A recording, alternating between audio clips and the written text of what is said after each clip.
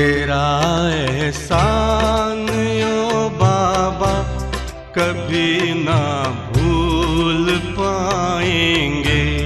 तेरा एहसान ओ बाबा कभी ना भूल पाएंगे।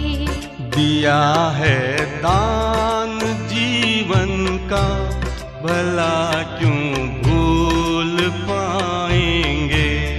दिया है दान जीवन का भला क्यों भूल पाएंगे। तेरा एहसान ओ बाबा कभी ना भूल पाएंगे।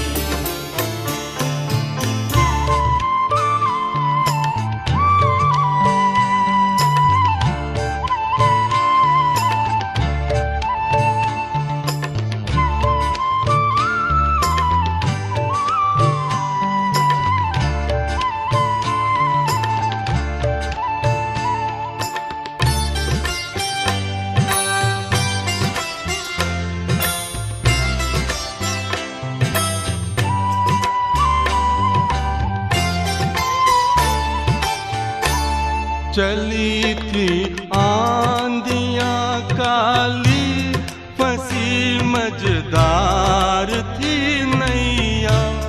तुम्हें जी भर पुकारा था बचा ले आके खेवैया। बचा ले आके खेवैया। उसी दम तेरा वो आना बचाना न भुलाएंगे। तेरा एहसान ओ बाबा कभी ना भूल पाएंगे।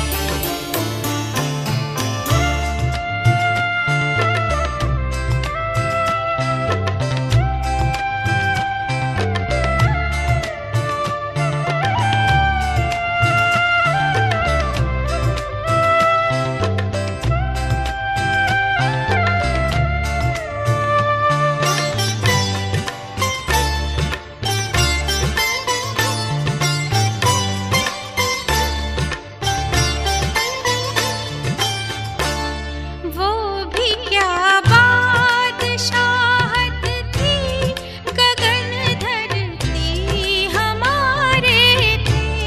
हवा ये चांद सूरज सब हमारे ही सहारे थे। हमारे ही सहारे थे। वो ताजो तख्त का फिर से दिलाना क्यों भुलाएंगे। तेरा एहसान ओ बाबा कभी ना भूल पाएंगे।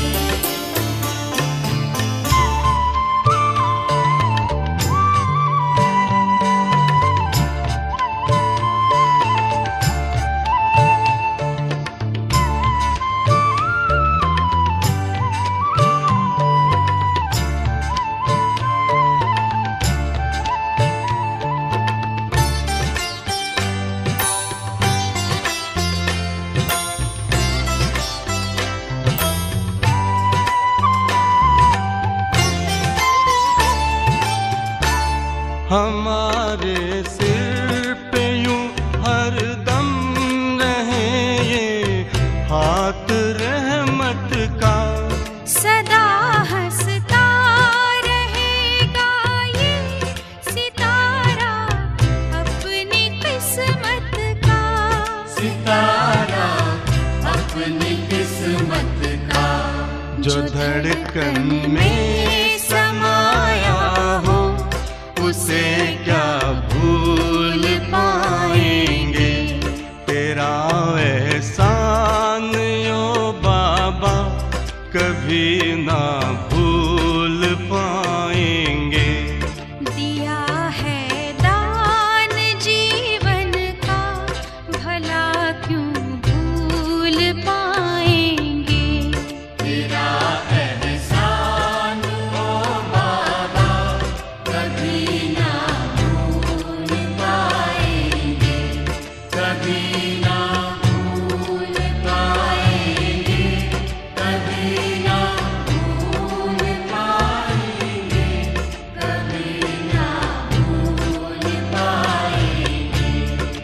तेरा एहसान ओ बाबा कभी ना भूल पाएंगे।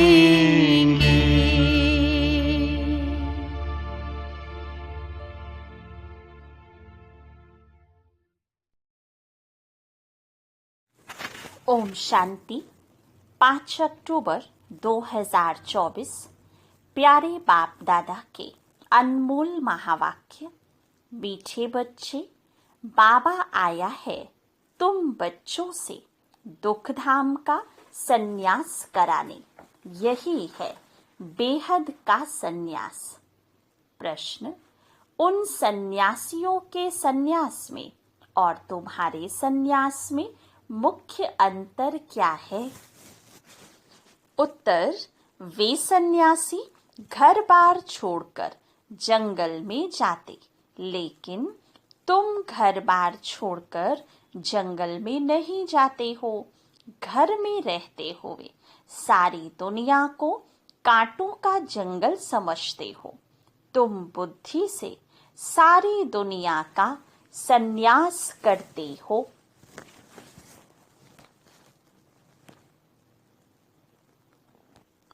ओम शांति।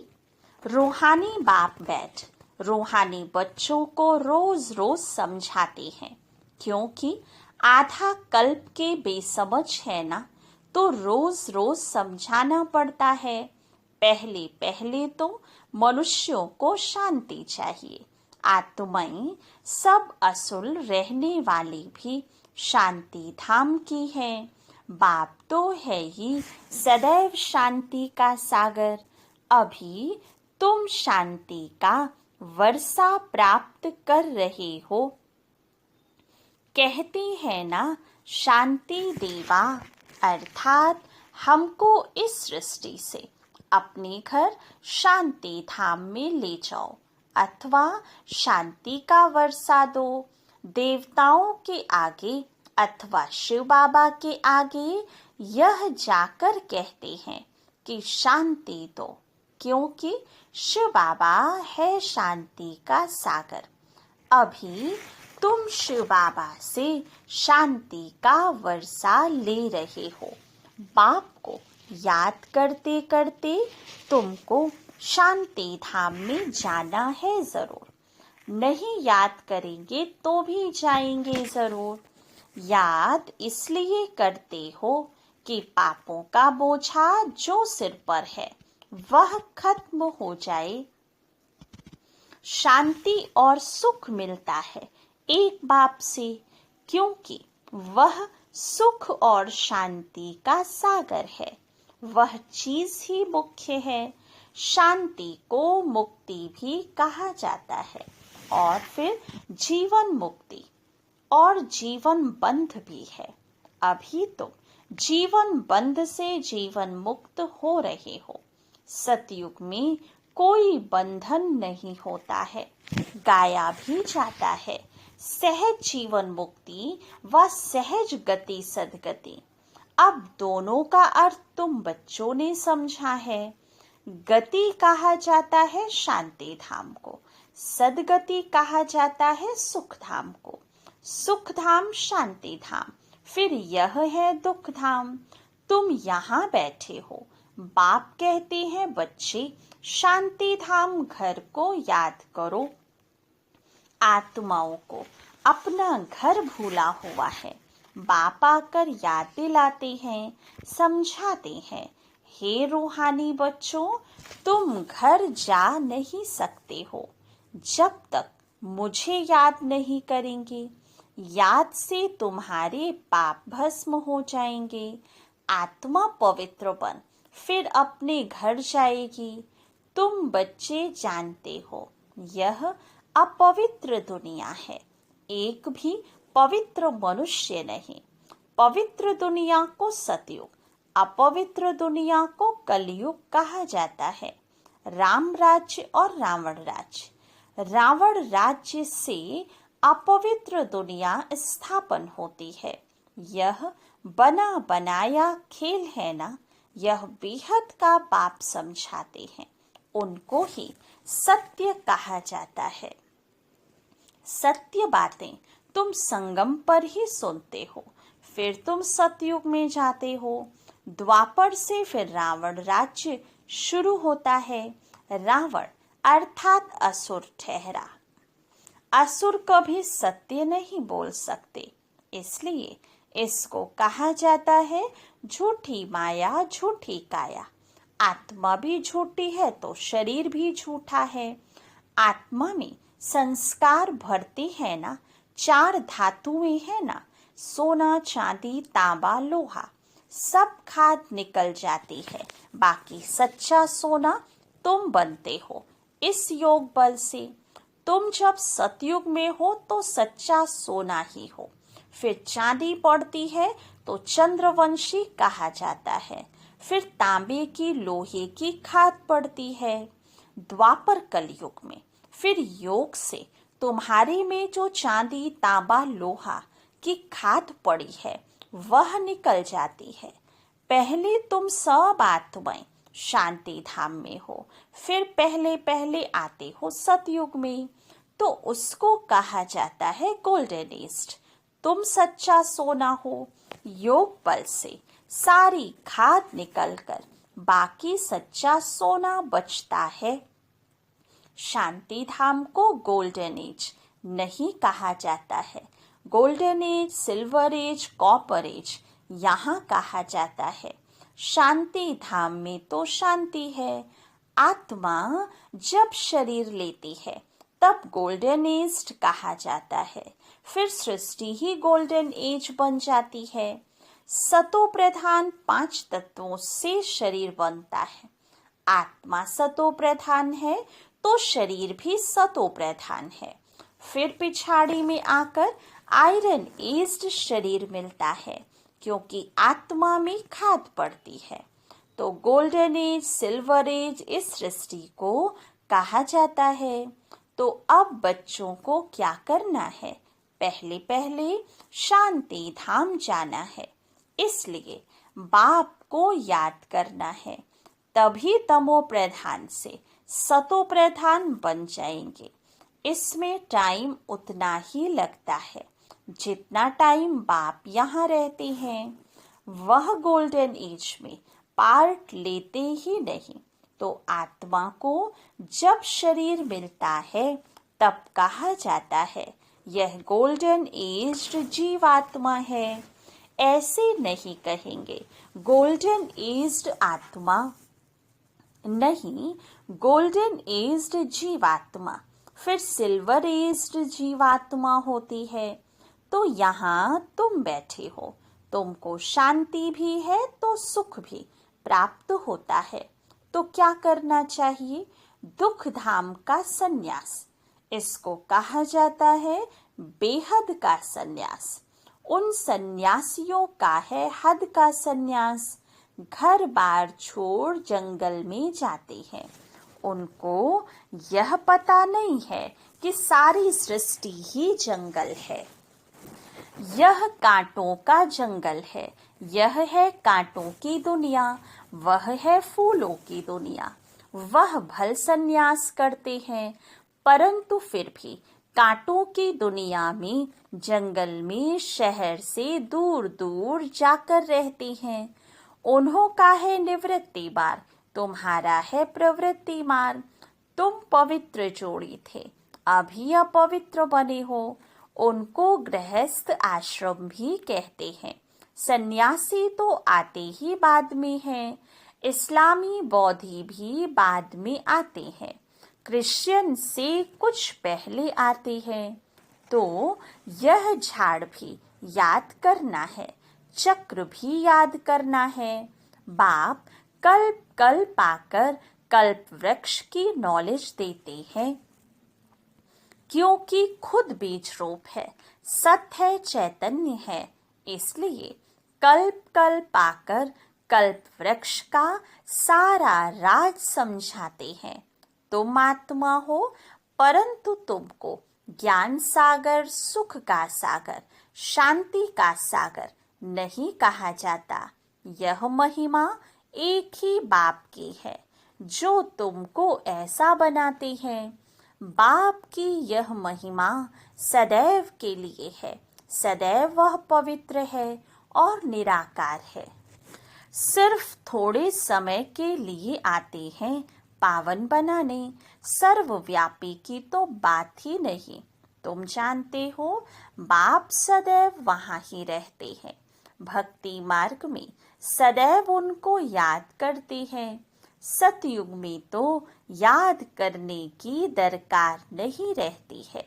रावण राज्य में तुम्हारा चिल्लाना शुरू होता है, वही आकर सुख शांति देते हैं, तो फिर जरूर अशांति में उनकी याद आती है। बाप समझाते हैं, हर 5000 वर्ष बाद मैं आता हूँ। आधा कल्प है सुख, आधा कल्प है दुख। आधा कल्प के बाद ही रावण राज्य शुरू होता है। इसमें पहला नंबर मूल है देह अभिमान, उसके बाद ही फिर और विकार आते हैं। अब बाप समझाते हैं, अपने को आत्मा समझो, देही अभिमानी बनो। आत्मा की भी पहचान चाहिए। मनुष्य तो सिर्फ कहते हैं आत्मा भ्रकुटी के बीच में चमकती है। अभी तुम समझते हो वह है अकाल मूर्त। उस अकाल मूर्त आत्मा का तख्त यह शरीर है। आत्मा बैठती भी भ्रकुटी में है। अकाल मूर्त का यह तख्त है। सब चैतन्य अकाल तख्त है। वह अकाल तख्त नहीं जो अमृतसर में लकड़ी का बना दिया है। बाप ने समझाया है, जो भी मनुष्य मात्र है सबका अपना अपना अकाल तख्त है। आत्मा आकर यहाँ विराजमान होती है।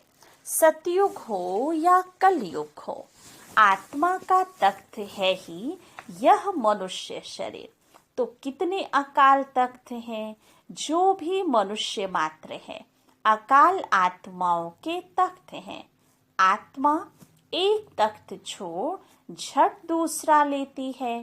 पहले छोटा तख्त होता है, फिर बड़ा होता है। यह शरीर रूपी तख्त छोटा बड़ा होता है। वह लकड़ी का तख्त जिसको सिख लोग अकाल तख्त कहते हैं, वह तो छोटा बड़ा नहीं होता। यह किसको भी पता नहीं है कि सब मनुष्य मात्र का अकाल तख्त ये भ्रकुटी है। आत्मा अकाल है, कब विनाश नहीं होती। आत्मा को तख्त भिन्न भिन्न मिलते हैं। सतयुग में तुमको बड़ा फर्स्ट क्लास तख्त मिलता है, उनको कहेंगे गोल्डन एज्ड तख्त। फिर उस आत्मा को सिल्वर, कॉपर, आयरन एज्ड तख्त मिलता है। फिर गोल्डन एज्ड तख्त चाहिए तो जरूर पवित्र बनना पड़े। इसलिए बाप कहते हैं मामी कम याद करो तो तुम्हारी खाद निकल जाएगी। फिर तुमको ऐसा दैवी तख्त मिलेगा। अभी ब्राह्मण कुल का तख्त है, पुरुषोत्तम संगम युग का तख्त है। फिर मुझ आत्मा को यह देवताई तख्त मिलेगा। यह बातें दुनिया के मनुष्य नहीं जानते। देह अभिमान में आने के बाद एक दो को दुख देते रहते हैं, इसलिए इनको दुख धाम कहा जाता है। अब बाप बच्चों को समझाते हैं, शांति धाम को याद करो जो तुम्हारा असली निवास स्थान है। सुख धाम को याद करो, इनको भूलते जाओ, इनसे वैराग्य है। ऐसे भी नहीं सन्यासियों में सर घर बार छोड़ना है।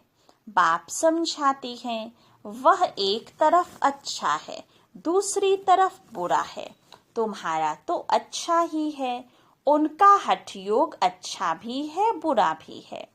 क्योंकि देवताएं जब वाम मार्ग में जाते हैं तो भारत को थमाने के लिए पवित्रता जरूर चाहिए, तो उसमें भी मदद करते हैं।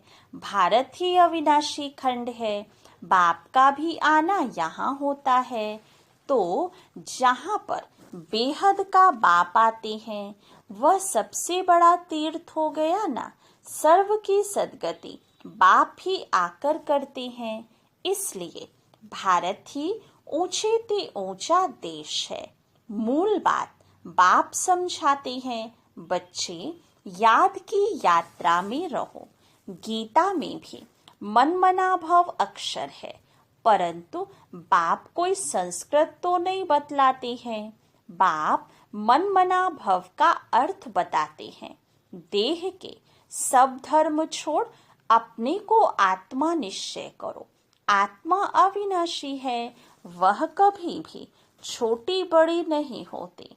अनादि अविनाशी पार्ट भरा हुआ है, ड्रामा बना हुआ है।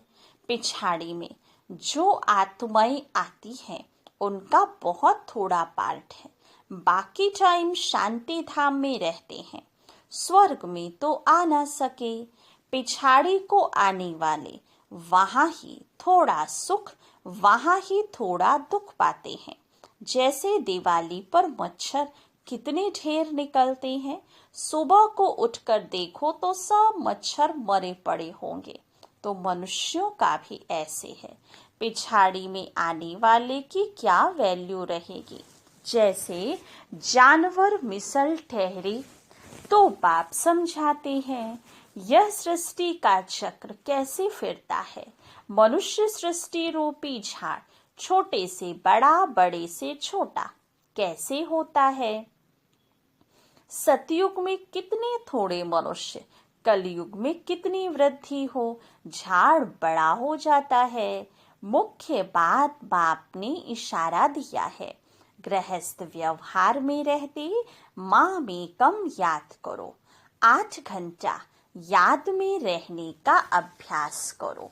याद करते करते आखिरी पवित्र बन बाप के पास चले जाएंगे तो स्कॉलरशिप भी मिलेगी। पाप अगर रह जाएंगे तो फिर जन्म लेना पड़े। सजाएं खाते हैं फिर पद भी कम हो पड़ता है। हिसाब किताब चुकतू तो सबको करना है। जो भी मनुष्य मात्र हैं अभी तक भी जन्म लेते रहते हैं। इस समय देखेंगे भारतवासियों से क्रिश्चियंस की संख्या ज्यादा है। वह फिर सेंसिबल भी है। भारतवासी तो 100% सेंसिबल थे, सो अब फिर नॉन सेंसिबल बन गए हैं, क्योंकि यही 100% सुख पाते हैं, फिर 100% दुख भी यही पाते हैं। वह तो आते ही पीछे हैं। बाप ने समझाया है क्रिश्चियन डिनास्टी का श्री कृष्ण डिनास्टी से कनेक्शन है। क्रिश्चियन ने राज्य छीना, फिर क्रिश्चियन डिनास्टी से ही राज्य मिलना है। इस समय क्रिश्चियंस का जोर है। उन्हों को भारत से ही मदद मिलती है। अभी भारत भूख मरता है तो रिटर्न सर्विस हो रही है।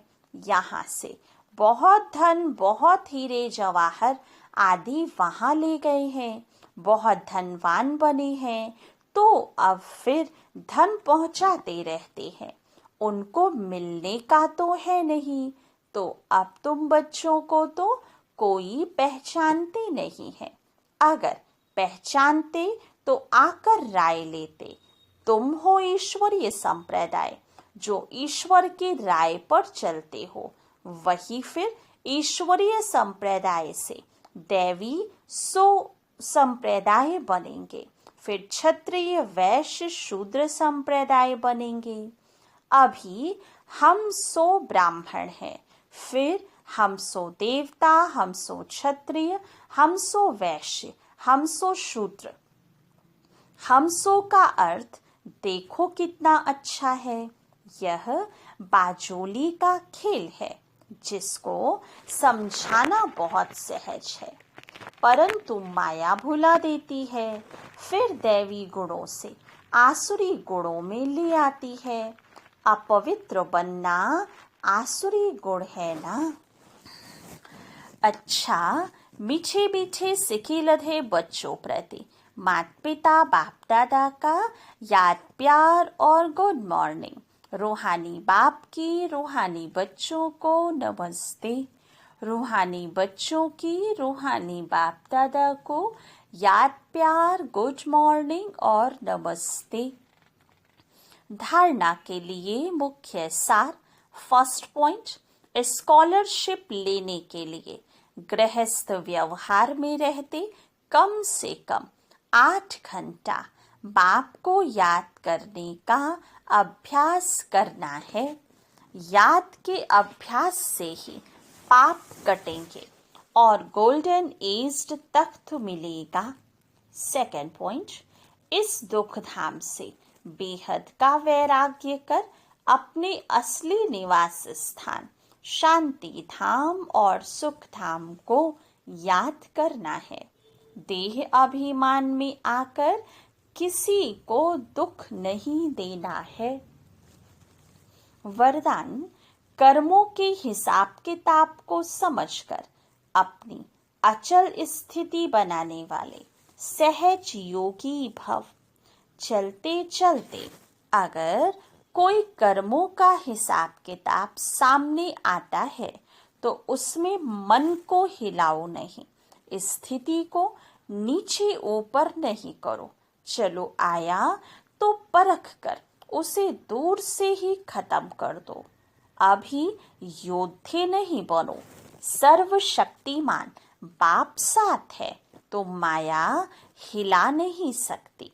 सिर्फ निश्चय के फाउंडेशन को प्रैक्टिकल में लाओ और समय पर चूज करो तो सहज योगी बन जाएंगे।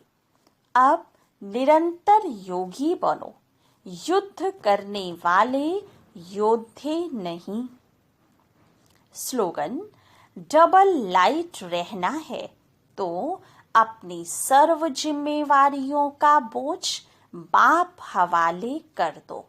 अच्छा, ओम शांति।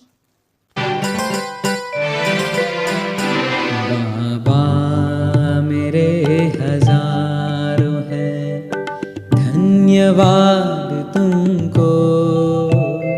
बाबा मेरे हजारों हैं, धन्यवाद तुमको।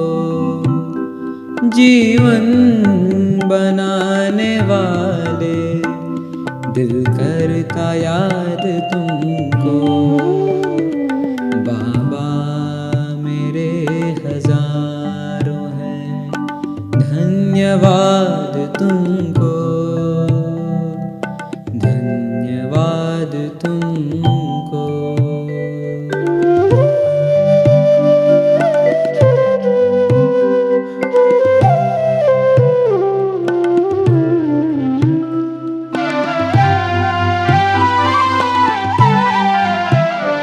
पहचान दे के अपना मुझे बनाया, मुझको गले लगाकर दिल तख्त पर बिठाया, दिल तख्त पर बिठाया। बनकर बाहर आए, किया है आबाद हमको। जीवन बनाने वाले दिल करता याद तुमको। बाबा मेरे हजारों हैं, धन्यवाद तुमको, धन्यवाद तुमको।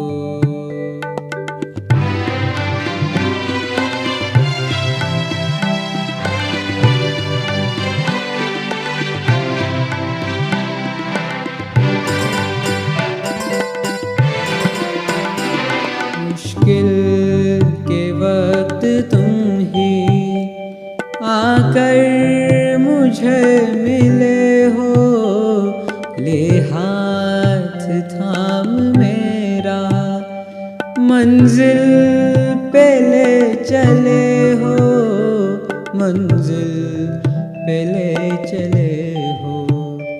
एहसान किया है कितना, लिया अपने साथ हमको, जीवन बनाने वाले दिल करता याद तुमको।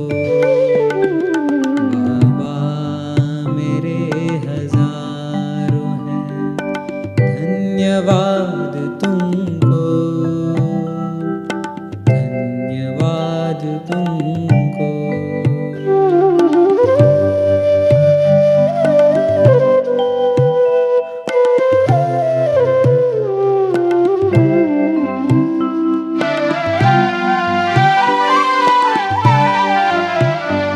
खुद सा बनाने की ये बाबा सदा तुम्हारी लगती बड़ी है प्यारी, हमें हर अदा तुम्हारी, हमें हर अदा तुम्हारी।